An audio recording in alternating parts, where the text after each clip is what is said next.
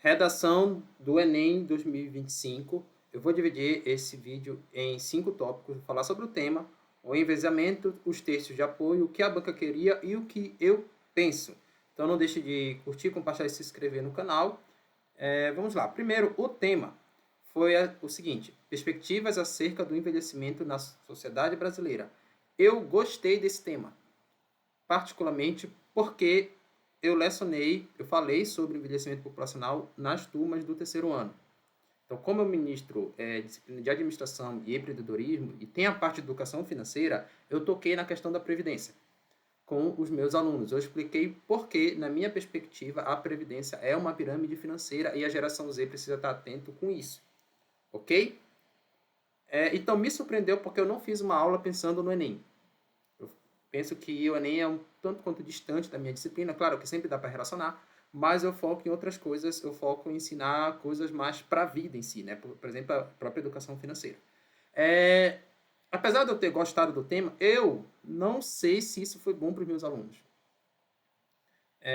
Porque se um aluno coloca que a previdência é uma pirâmide financeira, como eu deixei muito claro e eu expliquei por A mais B o porquê e eu vou colocar aqui na descrição do vídeo a minha aula sobre o básico que você precisa saber para investir. Lá no final eu falo por que, que é uma bomba financeira aqui no Brasil, tá? E se você puder não fazer previdência nem privada, nem complementar, melhor que não faça. Essa opinião não sei se ia ser bem, porque tem uma questão de enviesamento. Então, o Enem, você não precisa falar o que você pensa, mas o que a banca quer. Então, eu fico receoso de meus alunos colocarem exatamente aquilo que eu falei e talvez quem esteja corrigindo não gostar disso, porque eu cheguei a falar que o problema do Brasil é que a previdência é solidária. E seria melhor se fosse um sistema como no Chile, que a previdência é individual. Só que alguns assuntos são não consensuais nesse caso, né? Eu vou dar um outro exemplo. O governo atual, tá, o governo federal, está envolvido no escândalo de roubo do INSS. Então, várias instituições envolvidas que são ligadas diretamente ao governo. É muito arriscado você falar disso. Por exemplo, já que o tema são pessoas idosas, você falar do escândalo do INSS, principalmente se você enveredar para o lado do governo estar envolvido nisso. Por quê? Vai que o avaliador seja alguém pró-governo. E na educação predominam pessoas que, de uma forma ou outra, claro, muitos de forma total, outros com ressalvas, mas que apoiam o governo. Então, eu lembro, quando eu fiz minha redação há muito tempo atrás, isso faz o que? 16 anos, eu, eu fiz uma redação menos arriscada. Tá? Não entrei em assuntos polêmicos, mas porque na época eu tinha ido bem na prova, na parte objetiva. Então, eu não quis arriscar na parte subjetiva. Ok? Então seria muito arriscado você falar de um tema, principalmente porque, mesmo que você acredite que de fato o governo atual seja ruim, mas você não pode falar que ele é ruim porque majoritariamente a banca vai achar que ele é bom ou pelo menos que ele é melhor do que o governo anterior. Ok? Dito isso, você tem que escrever o que a banca quer, não o que você pensa necessariamente. Claro, você pode pensar que nem a banca, não tem problema nenhum. Textos de apoio. O Enem, até a hora que eu fiz esse vídeo aqui, não tinha revelado, o governo não tinha revelado quais eram esses textos de apoio, mas já tinha na internet sites dizendo, na verdade a própria IA me disse, qual era a temática dos textos de apoio. Então você tinha texto de apoio com dados do IBGE, que falava sim da questão previdenciária, inclusive falando do problema de você sustentar, e eu vou falar lá no final desse vídeo, tá?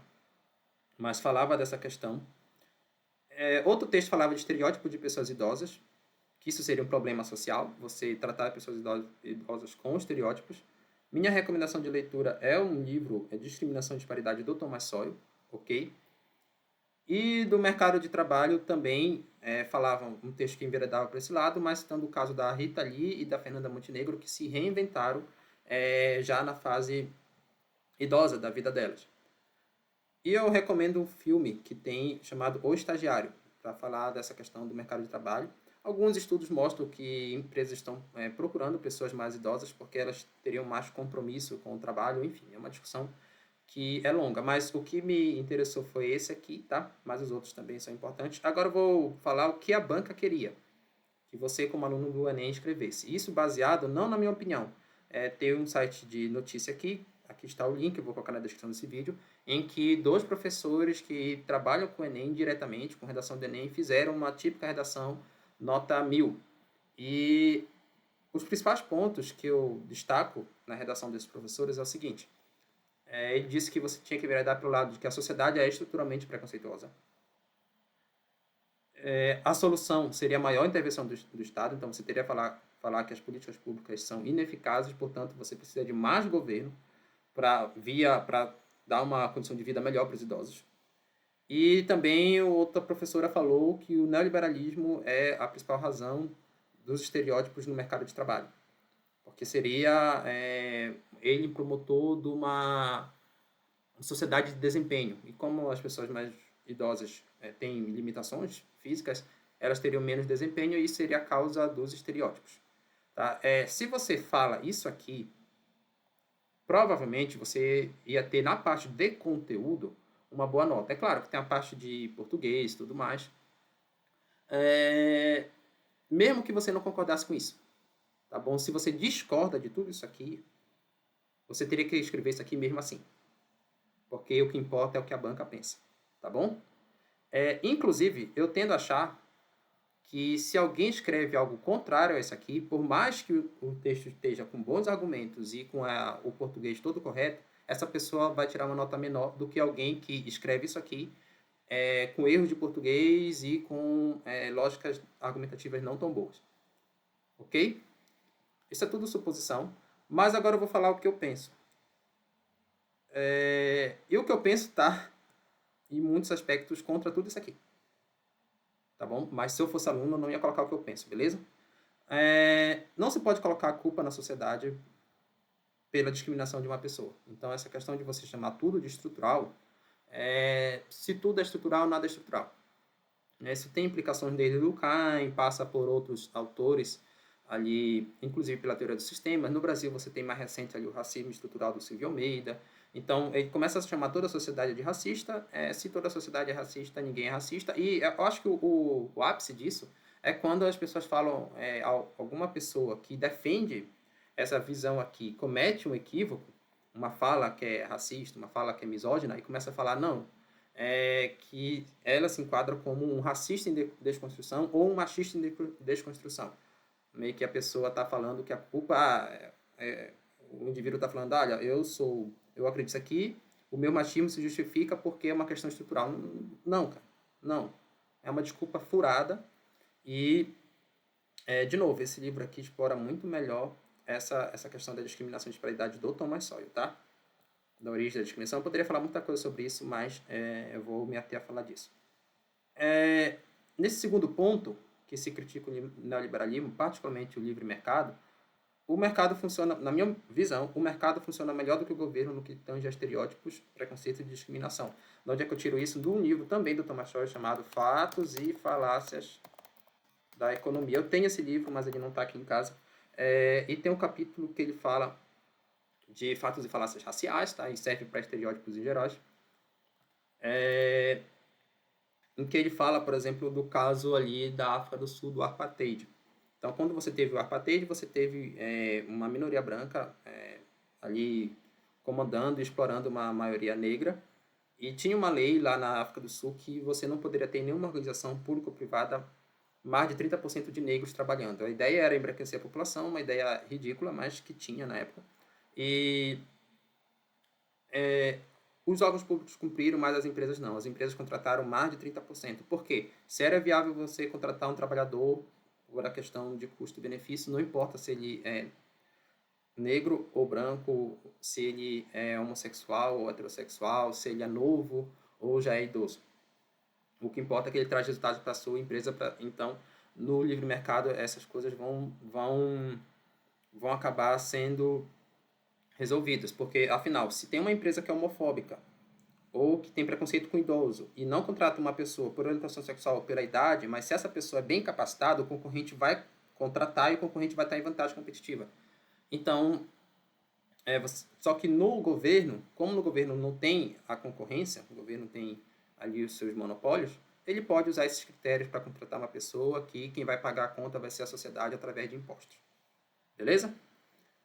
Por fim, no que me atém à disciplina que eu ministrei, que é a questão previdenciária, enquanto que a banca ia enveredar por um viés de que o Estado precisa intervir para causar uma melhoria no bem-estar das pessoas idosas, eu já tendo a achar que o Estado é o causador do problema da Previdência, tá?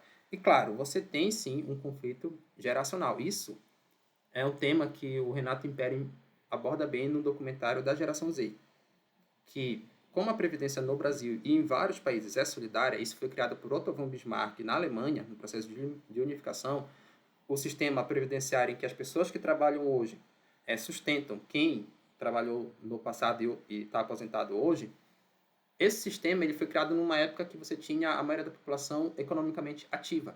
Com o avanço da medicina, você tem mais pessoas idosas e, portanto, a pirâmide aumentando na parte de cima e o sistema se tornando a pirâmide etária, perdão, se aumentando na parte de cima e a pirâmide etária se transformando em uma pirâmide financeira.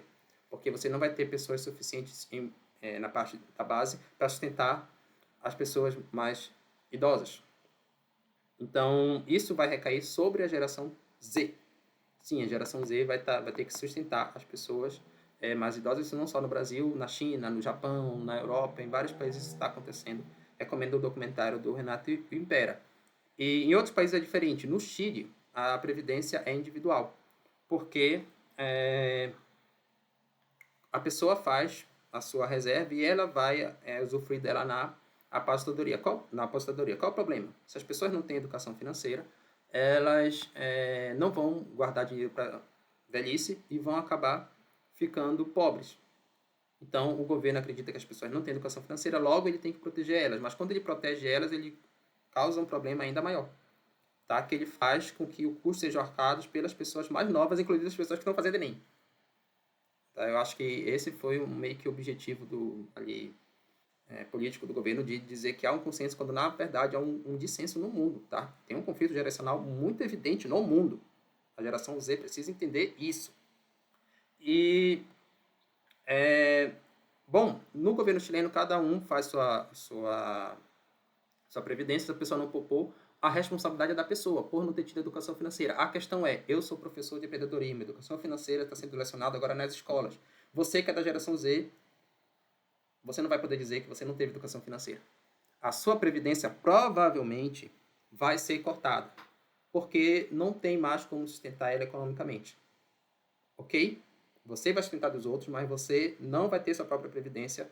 O único caminho é você ter educação financeira para poupar dinheiro, não sei como, que no Brasil é difícil, mas vai ter que dar um jeito, para você garantir uma vida melhor no futuro. Ok? Era isso que eu tinha para falar. Não esqueça de curtir, compartilhar e se inscrever no canal.